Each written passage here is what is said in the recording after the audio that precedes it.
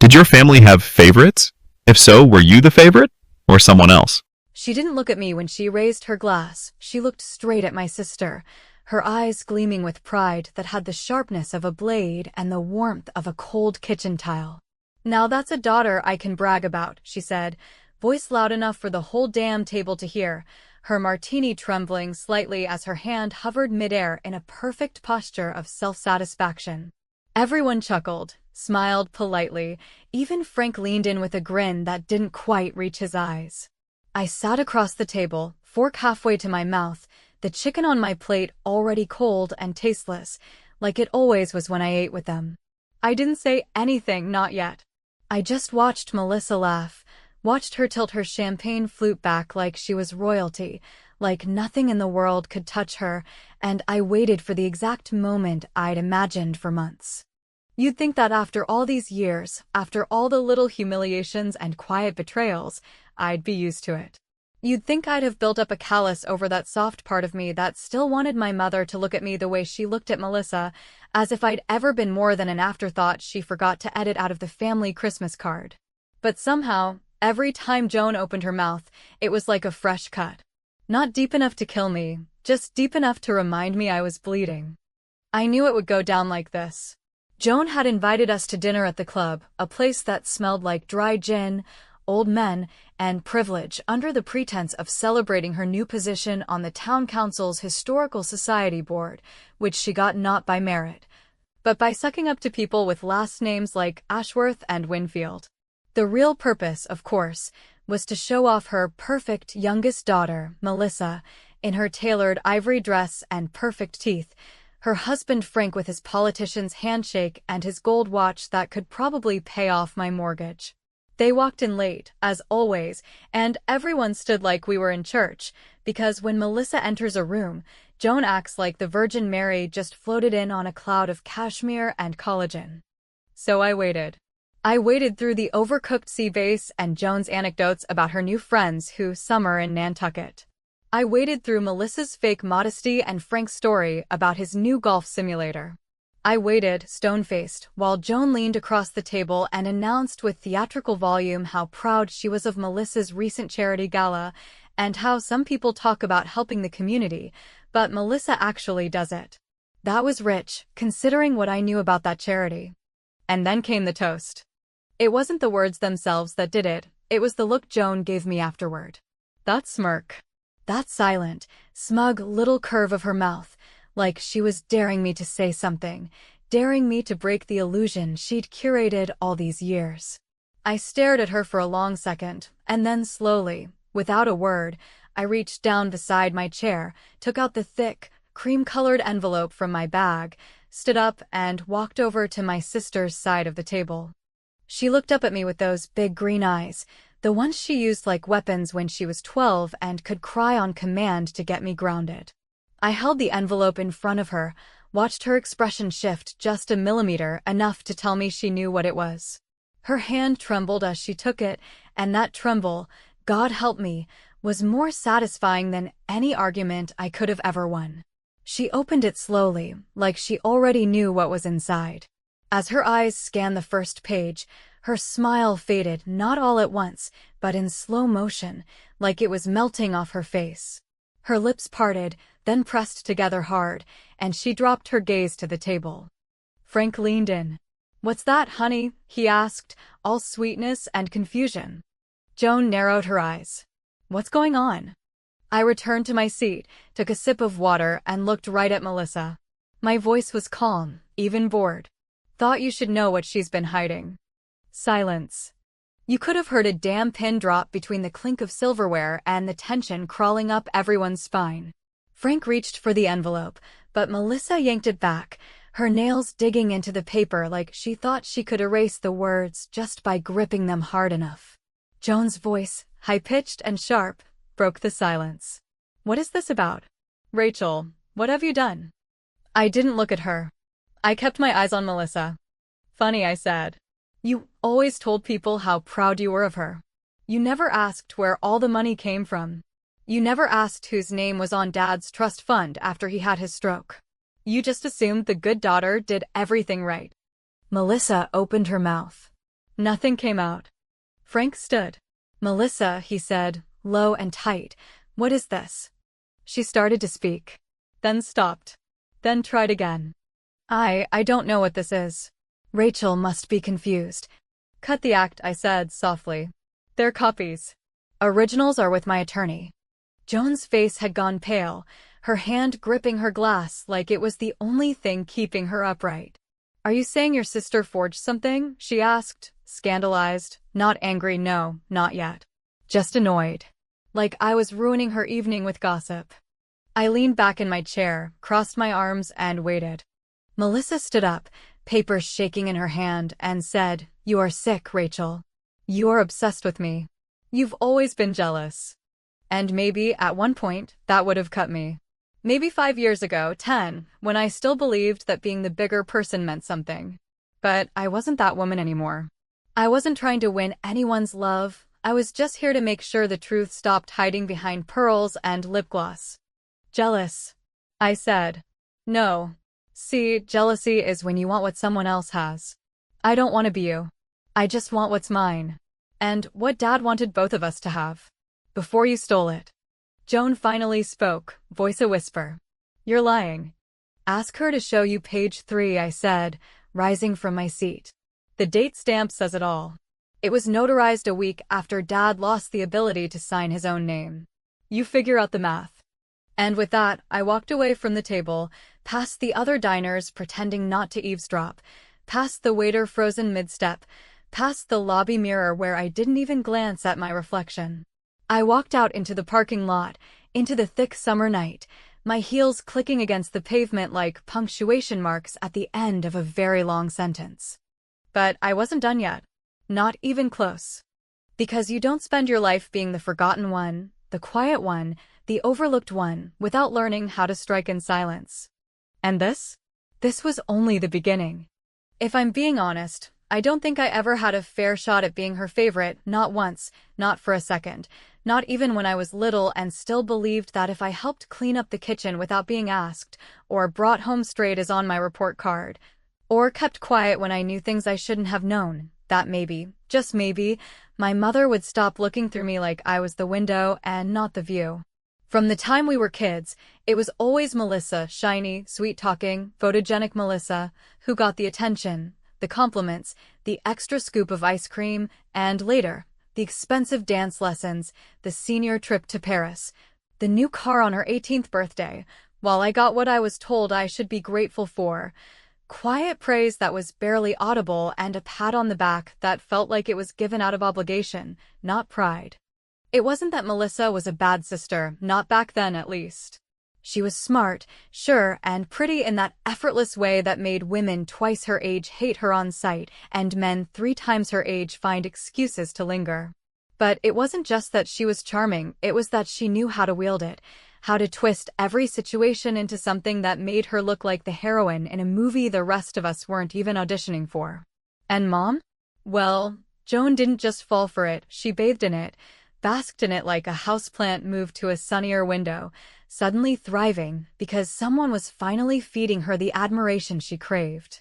I could have saved a burning building full of puppies and Joan still would have found a way to mention how Melissa once rescued a cat that wasn't even stuck. I remember one Thanksgiving when we were teenagers, Melissa had forgotten to bring the cranberry sauce she'd promised to make, so she blamed me, said I told her not to bother because I was already making everything. And of course, Mom believed her.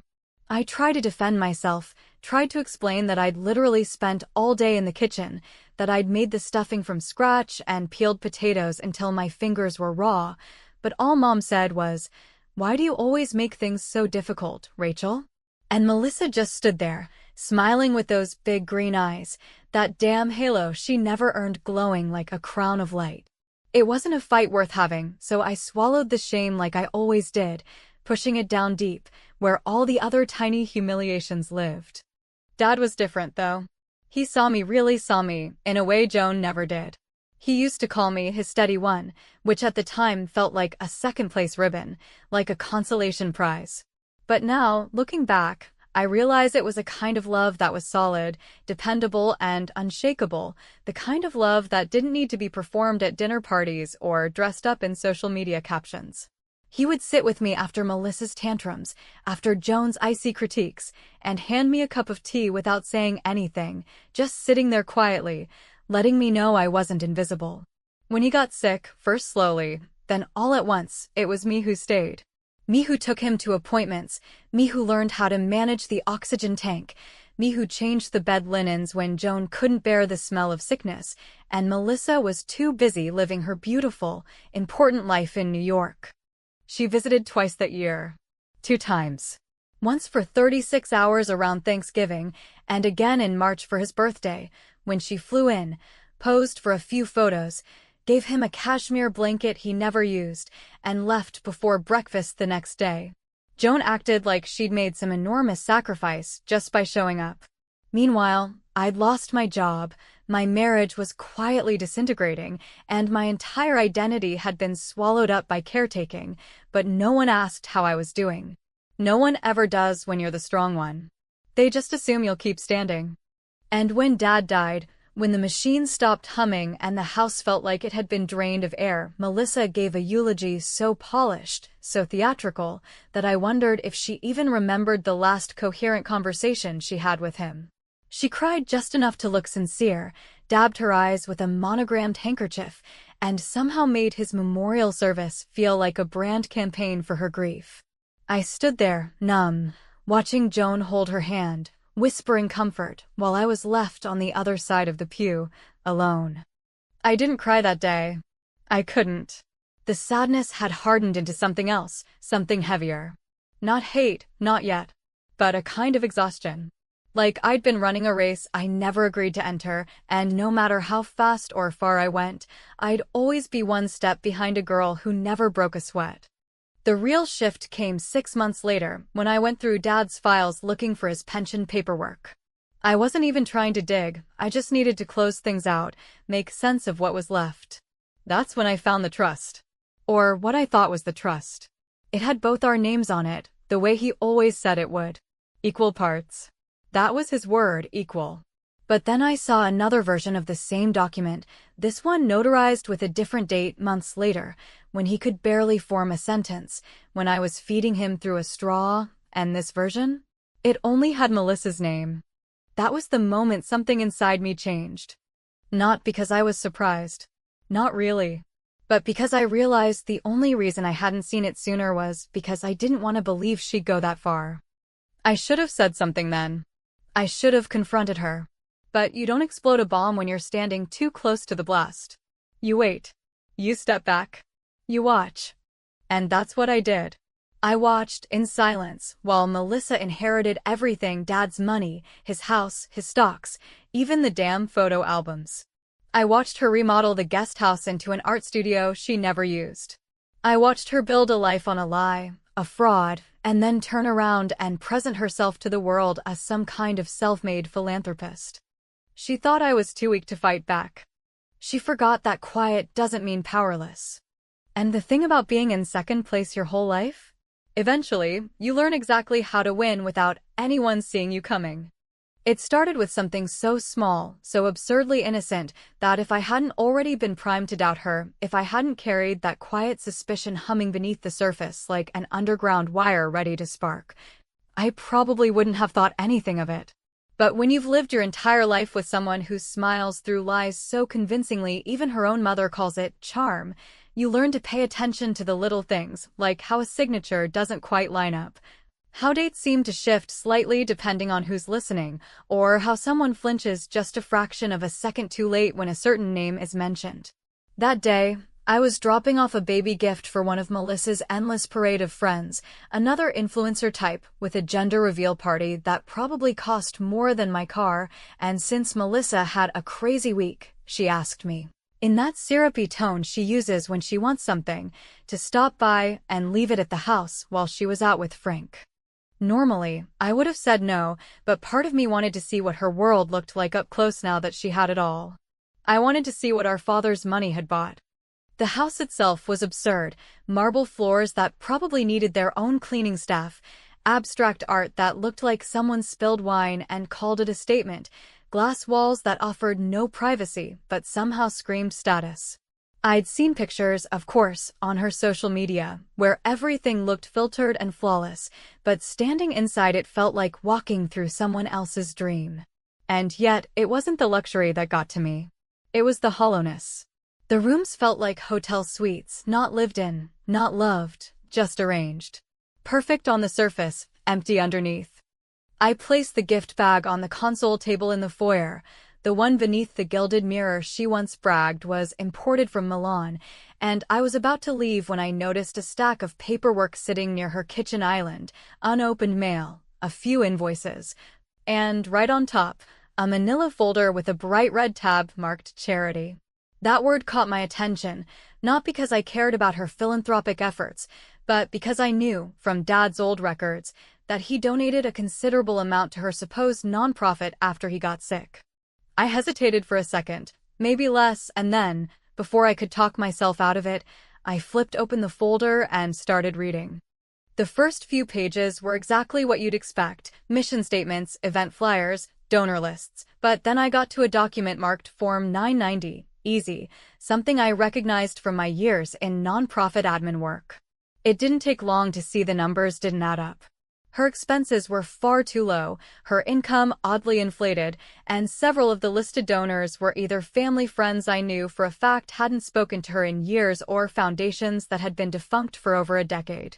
It was sloppy in the way that only someone with too much confidence and too little oversight can afford to be. Still, I told myself maybe it was a mistake, maybe she had a terrible accountant, or maybe I was reading too much into it. I almost closed the folder and walked away.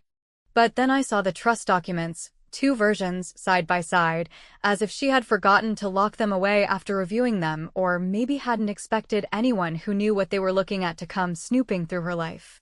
The first version was dated 3 months before Dad's final stroke, bearing both our names, equal shares, the way he had always told us it would be. I stared at that page for a long moment, remembering the conversation we had the night he finalized it, how he said he didn't want there to be fighting after he was gone, how he trusted me to be fair and level-headed. Then I looked at the second version, the one dated almost 7 months later, after he'd lost most of his speech, after his writing had become a trumble of loops and dots. That version had only one name, Melissa's. The signature? It looked off. Not a lot, not something an average person would notice, but just enough to make my stomach twist. The notary's stamp was real, but the witness name? A nurse. Who, to my knowledge, had moved states before the date listed. It didn't make sense. None of it made sense. I took photos of everything quietly, carefully, my hands shaking just enough to blur the first few shots, and slipped the folder back exactly as I found it. I didn't take anything. I didn't touch anything else. I left the house and sat in my car with the engine running, staring at my reflection in the rearview mirror, trying to decide whether what I had just done was a betrayal or a reckoning. Later that night, I called Ellen. Ellen had been our family lawyer for years, and while she technically worked for all of us, she'd always had a soft spot for me. Maybe it was because I never asked for anything. Maybe it was because she saw what Joan never did. I told her what I'd found carefully, slowly, trying not to sound as paranoid as I felt, and asked her if there was any legal ground to pursue it. She was quiet for a long time. Then she said something I didn't expect. "Rachel, you're not crazy. In fact, if what you're describing is accurate, we're not just talking about inheritance fraud. This could bleed into criminal territory. But you need to be smart. And you need to be strategic." So we began digging. Over the next few weeks, Ellen quietly pulled records, bank statements, trust fund histories, donation receipts, and pieced together what Melissa had so sloppily constructed: a web of financial manipulation, backdated filings, questionable charity disbursements, and one forged amendment to a legal trust that, if challenged, could crumble like wet tissue paper. And the more we uncovered, the more I realized how deep her ambition ran, not just to outshine me, not just to impress Joan, but to build a life so thoroughly insulated by money and image that no one would ever dare question how she got there. She never thought I would. And that's what made it so perfect. She thought I was the safe one. The quiet one. The boring, predictable sister who wouldn't know a legal document from a dinner napkin. She forgot that while she was busy making herself look like a success, I was the one who cleaned up the messes, who remembered the details, who stayed behind when everyone else left. And now? Now I had everything I needed. Except the perfect moment to burn it all down. There's something quietly intoxicating about patience, about holding a match between your fingers for days, weeks, even months, knowing that when the time finally comes to strike it, the whole thing will go up in flames and no one will be able to pretend they didn't see the smoke. What surprised me the most, once I decided I wasn't going to let it go, wasn't how easy it was to gather the evidence or how deeply she'd underestimated me. It was how calm I felt as I built the case against her. As I let the weight of her deception settle into my bones, not as anger, but as clarity. This wasn't about vengeance, not in the petty sense of wanting to see her suffer just for the sake of it. It was about balance, about exposing a truth that had been so carefully buried beneath layers of designer clothing, curated Instagram captions, and manipulated family memories that no one, especially Joan, had ever bothered to look beneath the surface. The thing about Melissa, the thing she never learned, is that when you spend your life crafting a facade, you have to maintain it constantly, meticulously, every single day, or the cracks start to show in places you don't expect. That's what she had done, spent years engineering her image, leveraging Dad's name and money to build a paper-thin empire of charity galas, business brunches, and social climbing, never realizing that the person she dismissed as dull and bitter was the only one watching closely enough to see where the cracks had started.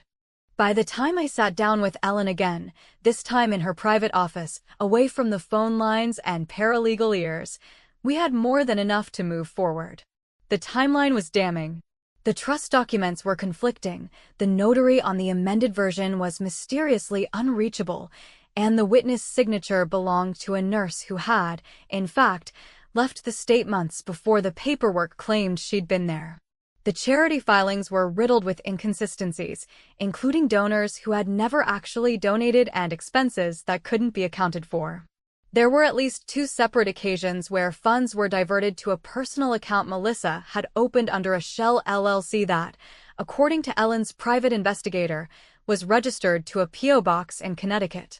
Every page we reviewed together made the knot in my stomach tighten, not because I had any doubt she had done these things, but because I knew, once we exposed them, there would be no undoing it. You understand what this means, right? Ellen asked, her voice low but steady, her eyes scanning me for weakness, for hesitation, for even the smallest sign that I might lose my nerve. If we go public with this, it's not just about the money. It's reputation, it's legal liability, it's possibly federal attention if this gets linked to tax fraud. This will follow her forever. And by extension, it could blow back on you. I nodded. I didn't need to be warned. I knew exactly what I was walking into. But I also knew this. I had lived for over 40 years in the long, cold shadow of a sister who believed love and worth were things to be performed, to be bought and sold and dressed up in lies, and I was done letting that show run without interruption. Still, I didn't want chaos. I didn't want screaming. I wanted precision. I wanted something so composed and calculated that it would stick to her skin like smoke she could never wash off. So I asked Ellen to prepare the legal packet in full, summons, evidence attachments, everything, and hold it until I gave the signal. I wasn't going to deliver this news through a lawyer's phone call or a surprise envelope on her doorstep. No, that would have been too clean, too quiet. I needed her to feel the floor shift beneath her in real time, in public, in front of the people who mattered most to her. So I chose Joan's 60th birthday dinner. I knew it would be the perfect setting, not just because it would be a curated affair full of familiar faces and forced smiles, but because Melissa would never expect anything to rupture on a night where all the attention was supposed to be on someone else. That was always her blind spot, her assumption that people like me don't interrupt the performance. She believed I would show up in a bland dress, give Joan a gift I couldn't afford, and nod politely while they toasted each other with flutes of vintage champagne paid for by the trust fund she stole. And that's exactly what I let her think. In the weeks leading up to the dinner, I played my part flawlessly. I answered her texts with short but cordial replies. I offered to help with logistics. I even pretended to sympathize with her when she complained about the caterer she fired for putting the dessert course in the wrong order. I smiled through it all, knowing that the longer I kept the illusion alive, the harder the fall would be when she finally realized she wasn't the one pulling the strings anymore. The day of the event, I dressed deliberately simple, understated, but sharp. A navy blue sheath dress that made me feel like someone who couldn't be ignored. I didn't bring a +1. I didn't need an audience. I arrived on time, with a polite smile and a carefully wrapped gift that contained nothing more than a blank journal and a note that read, "For when the truth finally needs to be written down." That was for Joan. A small offering before the storm. The room was exactly as I expected: gold-trimmed table settings, flickering votive candles, soft classical music humming in the background like a lullaby for the rich and oblivious. Joan was seated at the head of the table, wearing a cream-colored dress and too much lipstick, beaming like she'd just won an award for surviving another year. Melissa hovered nearby, orchestrating the evening like a conductor, whispering to the waiters, posing for photos with Frank, laughing in that high, practiced tone she reserved for public consumption. And I waited. Quietly. Patiently. Because timing in moments like these is everything. I had the envelope in my bag. Thick, cream-colored, weighty with implication. Not just a letter, no, that would have been too easy. It was the full packet, complete with exhibits, summaries, and a cover letter drafted with surgical precision by Ellen's firm. Everything was airtight. Everything was ready. And all I had to do was wait for the toast. I knew Joan couldn't resist making a spectacle of herself. I knew she would raise her glass at just the right moment, her voice louder than necessary, her eyes twinkling with false affection, and say the words she always said when she wanted to remind the room of her prized possession. And when she did, when she turned to Melissa and said, "Now that's a daughter I can brag about," I would rise from my chair, walk slowly around the table, and place the envelope into my sister's waiting hands, not with anger, not with venom, but with the calm authority of someone who finally stopped asking for permission. Because this wasn't revenge. This was balance. And it was long overdue. The sound of silver clinking against crystal filled the room with that delicate, anticipatory hush only rich people manage to produce. A quiet so performative, so self-congratulatory, that it almost made me laugh. Joan stood at the head of the long, white linen-draped table, the soft amber glow of the chandelier catching the edges of her heavily sprayed hair, her mouth curling into a smile that she'd clearly practiced in the mirror before guests arrived. And with that theatrical pause she loved so much, she raised her glass, nodded toward Melissa, and said it again, louder this time, almost as if daring the universe to challenge her. "Now that's a daughter I can brag about." The guests chuckled politely, those polite people with their gold bracelets, their names engraved on foundation plaques, their eyes sharp from years of spotting scandal before it landed in the tabloids, and Melissa did her part, lowering her head just slightly, pressing her hand to her heart like she was overwhelmed, as if the compliment had caught her off guard when we all knew she'd been waiting for it all night like a teenager waits for her name at prom. Frank, ever the proud husband, leaned in and kissed her cheek, while the rest of the room drank their wine and watched the golden child glow under the artificial light of inherited approval.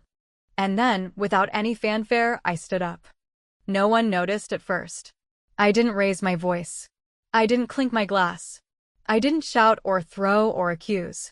I simply took the envelope from my bag, thick, cream-colored, unassuming in its elegance, and walked the long way around the table, my heels tapping softly against the parquet floor like the opening beat of a very slow, very deliberate song. By the time I reached her, Melissa had already turned to me, her expression still polite, her body still locked in that perfectly posed photo op position, but I saw it in her eyes, that tiny flicker of recognition. That moment where her pupils narrowed just a fraction too quickly, like an animal catching the scent of something burning. I placed the envelope in front of her. She didn't move. She looked down at it, then up at me, then back at it again, as if unsure whether touching it might set something off. "What's this?" she asked softly, her voice already beginning to waver beneath the sugar. I didn't sit back down. I didn't answer right away. I just tilted my head slightly and said, in a voice calm enough to make the air still, "I thought you might want to explain to everyone what you've been hiding." Frank glanced from her to me, his eyebrows pulling into that familiar furrow he used whenever Melissa exaggerated something, and he wasn't sure whether to defend her or stay quiet. Joan let out a clipped, confused laugh, one of those tight-lipped chuckles she used when someone mentioned politics or menopause at the table, and she didn't know how to pivot away politely. Melissa's hands, always so poised, trembled slightly as she opened the envelope. The first page slid out like a ghost, pale and damning, and when her eyes fell on the header, I saw her whole body stiffen, as though her spine had remembered something her brain had tried to forget. She turned the page. Then another. She went very still. Frank leaned over her shoulder. His face changed almost instantly. "Melissa," he said, his voice tight with sudden urgency, "what the hell is this?" Melissa didn't answer. She looked up at me, then at Joan, then back down at the stack of papers, as if they might somehow dissolve if she stared long enough. But no miracle arrived. No excuse formed fast enough to keep the room from filling with a tension so thick you could almost taste it, a metallic, electric silence that made the candles flicker. Or maybe that was just the illusion of heat rising from people's bodies as they realized they were no longer just guests at a party, but witnesses to something cracking wide open. Joan, still clutching her wine glass like a relic of stability, barked out her confusion. "Rachel, what on earth is going on here?" I turned to face her. I didn't need to yell. I didn't even raise my voice. I just said the words I'd been waiting to say for years. Ask her when Dad changed the trust. Ask her why there's a signature from a man who couldn't even hold a pen. Ask her how long she's been using that charity account to fund private purchases. Better yet, ask her lawyer, because she's going to need one. The words landed like stones thrown into still water, each syllable sending ripples across the polished surface of everyone's evening. Joan blinked, lips parting but no words coming, the wine glass now visibly trembling in her grip. "That's not true," Melissa finally whispered, her voice raw now, stripped of its usual polish. "She's making it sound worse than it is." But Frank had already snatched the papers from her hand, flipping through them with increasing speed, each page sharpening his expression like a blade.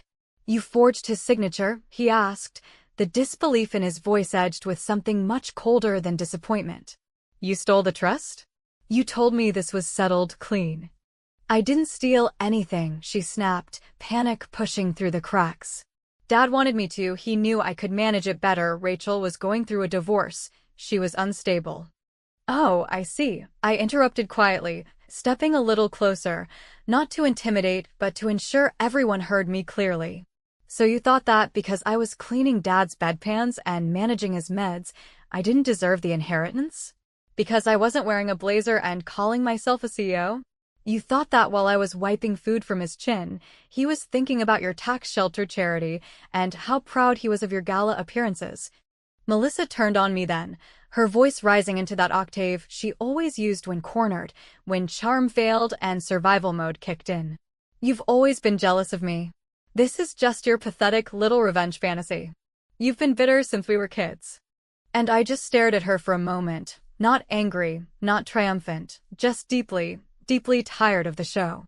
"No," I said slowly. "This isn't revenge. This is justice. And justice is colder than you think." Joan sat down hard, suddenly aware of the stares, of the way the room had shifted, of the fact that for once, people weren't watching Melissa with admiration, they were watching her fall. She looked from me to her youngest daughter, and I saw something crack behind her eyes. Not grief.